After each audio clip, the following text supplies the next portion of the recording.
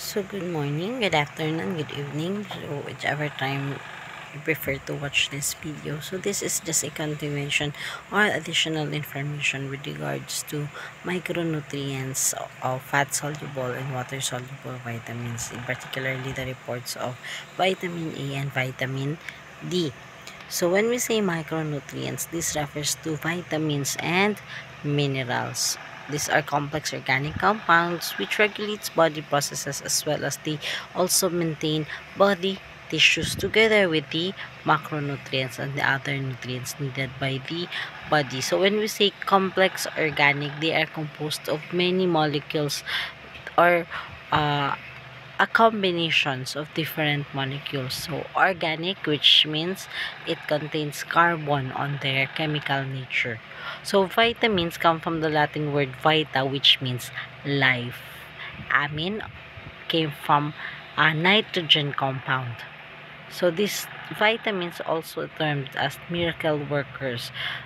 Micronutrients, meaning they are needed in small amounts, and this vitamin serves as a catalyst. Again, when we say catalyst, these are products that speeds up or slows down chemical reactions of the body or yung transformation metabolism of our body, utilization of nutrients of our body. So here are some of the terminologies we need to know when we talk about vitamins. So we have here the precursors or the provitamins. So these are compounds that can be changed into active form.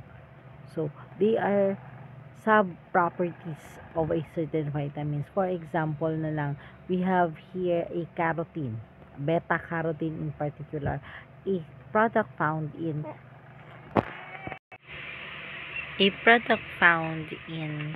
plants which are color yellow or orange, like mango, squash, carrots, and the likes. So this type of provitamins contains beta carotene. When ingested, the body will convert it into a active form of vitamin A, such as retinol.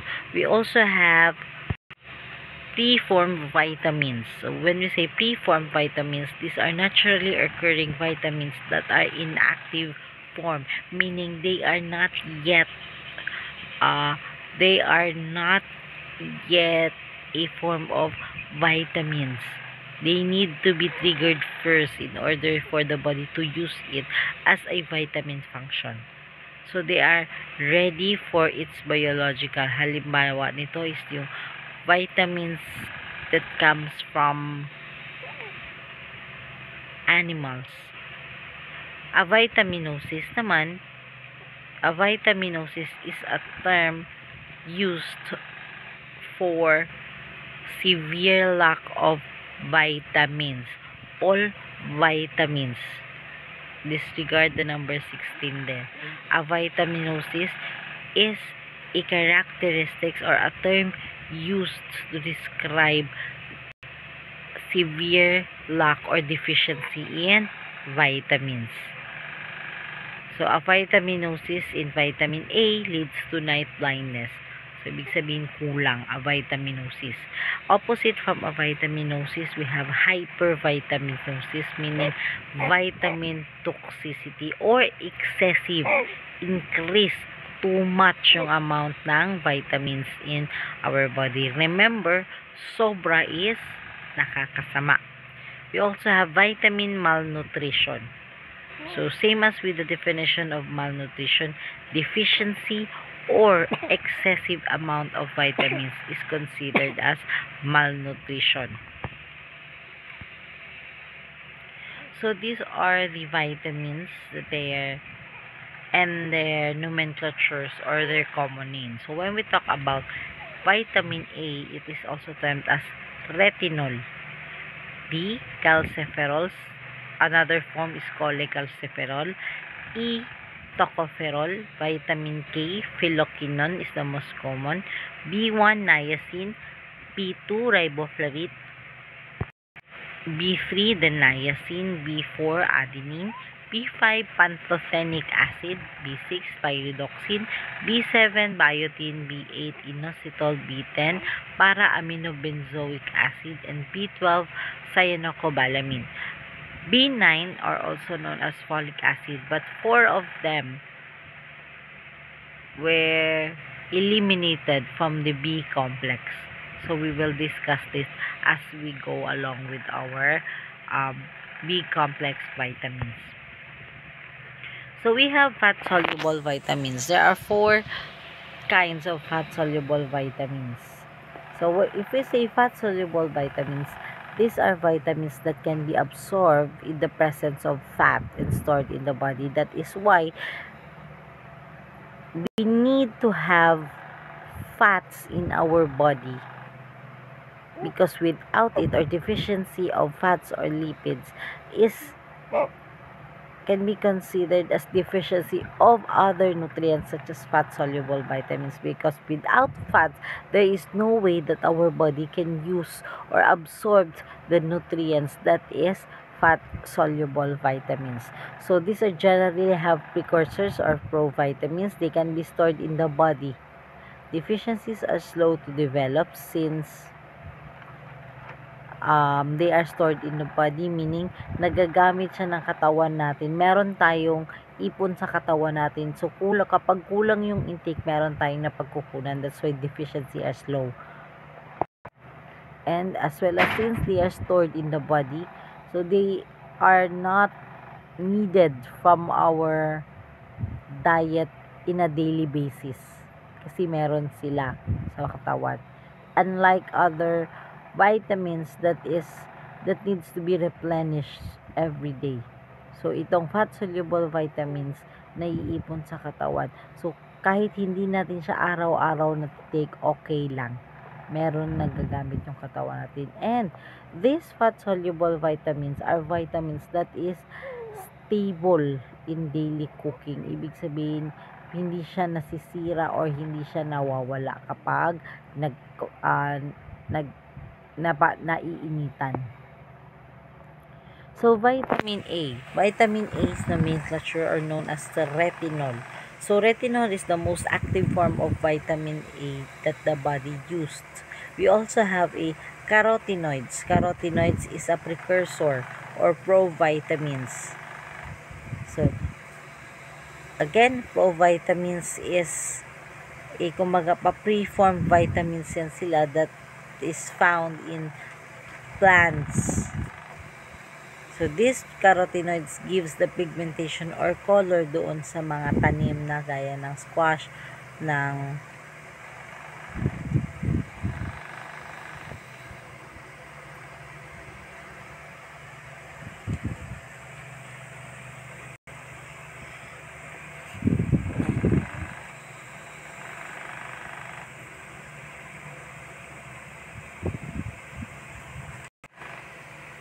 gaya ng squash, carrots, and papayas. Yan yung nagbibigay ng color orange and yellow.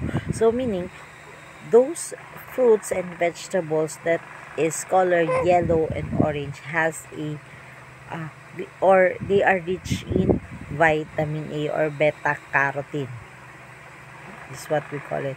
Meaning, kapag kumain kayo ng marami, halimbawa everyday, sobra-sobra yung intake mo ng kalabasa, ng carrots, pwede kayong magkaroon ng yellowish discoloration. Although, harmless naman ito, wala siyang effect. Pero, visible kasi yung changes. Yung ang tawag natin doon is carotenemia. So, beta-carotene is the most common carotenoids found in plants, which give them a color or pigmentation which is yellow to orange. So, functions of the vitamin A, most common is for the vision cycle sa mata, paningin.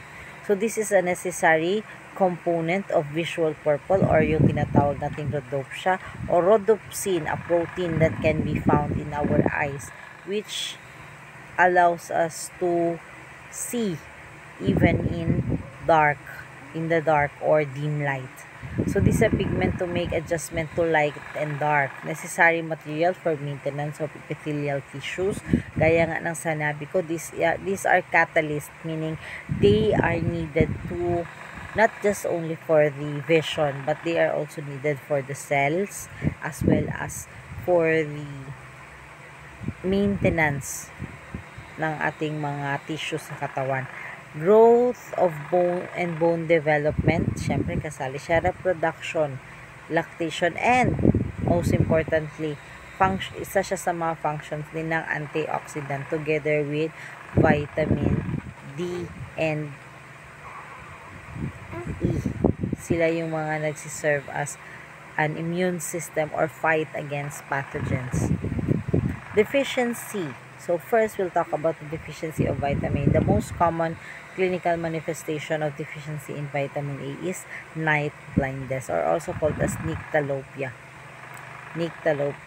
Xerophthalmia naman is characterized by dryness of the conjunctiva or the sclera of the eyes, eye lesions since dryness, nagkakaroon ng sugat, retarded growth since they are also responsible, these vitamins is also responsible for growth and development. Low resistance to infection, pag mababa ka, syempre deficient, just like I've said. It serves as an immune system together with, it boosts our immune system together with vitamin D and vitamin E. Faulty skeletal and dental developments as well as skin lesion may result in deficiency in vitamin A. Toxicity. Sabi ko nga, toxicity is an increased level of certain nutrients in the body, and fat-soluble vitamins may cause toxicity since they are stored in the body. They are not eliminated. Excess fat-soluble vitamins are stored in the liver. So, kapag stored yan siya at meron tayong daily intake at may supplement ka pa, pwede siyang mag-build up sa katawan natin and it may cause toxicity. So, since fat-soluble vitamins are stored in the liver, too much consumptions of fat-soluble vitamins may damage this organ. So, magkaroon tayo ng liver damage, mild dermatitis, thickening and the skin and peeling off, para siyang nag-scaly, coarse, sparse hair, dried hair, hypercarotinemia. This is what I'm talking about when you take too much food rich in beta-carotene. Nagkakaroon kayo ng discoloration or orange appearance na katawan natin, which is called hypercarotinemia. Going back to the deficiency, so this is the most common clinical manifestation of deficiency of vitamin A. First is the night blindness or nyctalopia. Just like I've said, meron tayong protein na ang tawag is rhodopsin, spelled as RHODOPSIN. Rhodopsin is a protein that serves as a photoreceptor doon sa ating mata, or the one that receives and absorbs lights, enable us to see even in the dark or darkness. So, nakakakita tayo sa dilim. So, kapag nagkakaroon tayo ng deficiency, kulang yung ating vitamin A, rhodopsin also decreases in our body. So, in our eyes rather. So, bumababa yung level ng rhodopsin. So, ang tendency, pag mababa, hindi na-absorb yung mata, hindi nakaka-absorb ng light yung mata, hindi tayo makikita sa dilim. That is the first clinical manifestation. Second is the xerophthalmia or the severe dryness of the eye. Panunuyo ng mata. Basically, open wound yung mata natin, and it should be always wet or moist. Kaya nga, 'di ba, pag nagtapat tayo sa electric fan, nagme-makeup dito sa nakatutok yung electric fan, hindi ka nakakapikit. Ang tendency, humahapdi ang mata mo because it becomes dry and sakit na siya. So, kapag pag nagkakaroon tayo ng xerophthalmia, this can cause lesion or sugat doon sa mata natin, kaya siya nagiging mahapdi. And kapag severe na talaga, it will result to blindness, and this condition is irreversible.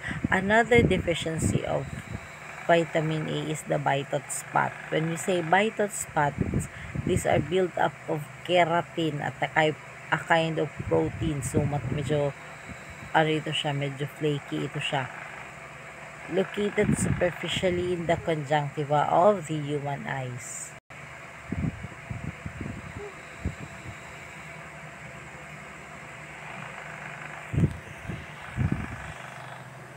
So, these are the examples of the xerophthalmia or the dryness. Nanunuyo yung mga mata. And the Biot's spot. Meron siyang whitey spot doon sa gilid ng pupils. So, that's it for vitamin A. Going now to proceed with the vitamin D, or also known as calciferol or cholecalciferol. So, this is also called as sunlight vitamin, since it is triggered by the sun to be produced by the body. In correction to the layman's term na kailangan magbilad sa araw para magkaroon ng vitamin D, hindi po yun ganon. Hindi po natin nakukuha ang vitamins galing sa araw. Vitamin D is already present in our body. It just needs to be triggered. Kailangan niya lang ng merong mag-tap sa kanya para ma-activate siya. So, sabi nga dito, a human body produces vitamin D as a response to sun exposure. The body produces vitamin D and hindi po siya binibigay ng sun. So, a person can also boost their vitamin D intake through certain foods or supplements. Vitamin D is vital for the control of levels of calcium in the body and also controls the rate of which the body excretes calcium in the urine. In simple words, it regulates the calcium intake of our body. So, what are other functions of vitamin D? Promotes healthy bones and teeth, support immune, brain, and nervous system health, regulating insulin levels and supporting diabetes management, support lung function and cardiovascular health, and influencing the expression of genes involved cancer development. So, what are the sources? Siyempre, sabi ko nga, it is already in the body. It just needs to be triggered by the sunlight. So, kailangan meron tayong sun exposure from 10 minutes yung mga baby natin para mag-produce ng vitamin D. So, kaya natin binibilad sa araw yung ating mga babies. Bakit po? They need to have this vitamin D. Kailangan mag-produce yung katawan nila ng vitamin D para yung katawan, yung calcium na in-intake ng bata is ma-regulate for bone growth and development. So, other sources niya is cod liver fish, halibut, salmon, sardines, usually sa mga marine animals, fortified vitamin A products. So, deficiency of this vitamin D may result to tetany or the involuntary and abnormal muscle twitching and cramps. So, mamaya ipapakita ko yung picture. Rickets or bone softening which occurs in children.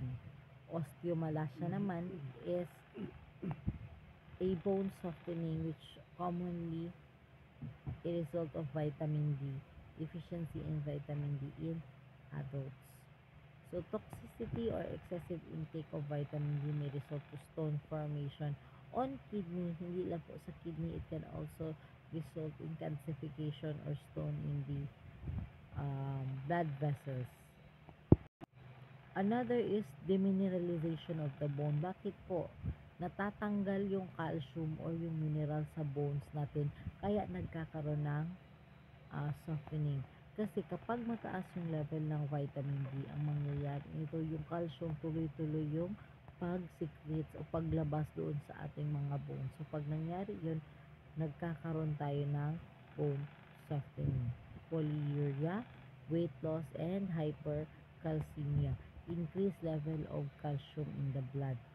Kasi nga, natatanggal siya doon sa bone. Kapag mataas yung level ng vitamin D sa blood, parang matitrigger yung bone natin to excrete, ilabas yung calcium doon sa blood natin. So, ang tendency nun, magwi-weaken yung bone, yung magkakaroon ng maraming calcium doon sa katawan natin. And calcium, titigas yan siya kung saan siyang area sa blood vessels, ba sa kidney ba, even sa heart kung saan siya magka-calcify. Yun na yung isang example ng hypercalcemia. So, these are examples of tetany. Involuntary po yan. Wala siyang control dyan. Bigla lang siyang magti-twitch. Hindi lang sa kamay, but all over the body. So, this, another picture is the rickets, or also known as bowed legs. Bowed. B-O-W-E-D L-E-G-S. Sakang. Parang ganun kay Catherine Bernardo. Isa yan sa mga examples ng rickets. So, another form of this, pero sa matatanda naman, is known as osteomalacia, bone softening. Ulitin ko, bone softening in children is called rickets, and bone softening for adults is called osteomalacia. So this is it for vitamin A and vitamin D. Other videos will be posted, or addendums for the other videos will be posted through messenger, written, or kapag medyo maraming kulang, I will make it as a presentation. So again, thank you, and thank you for watching.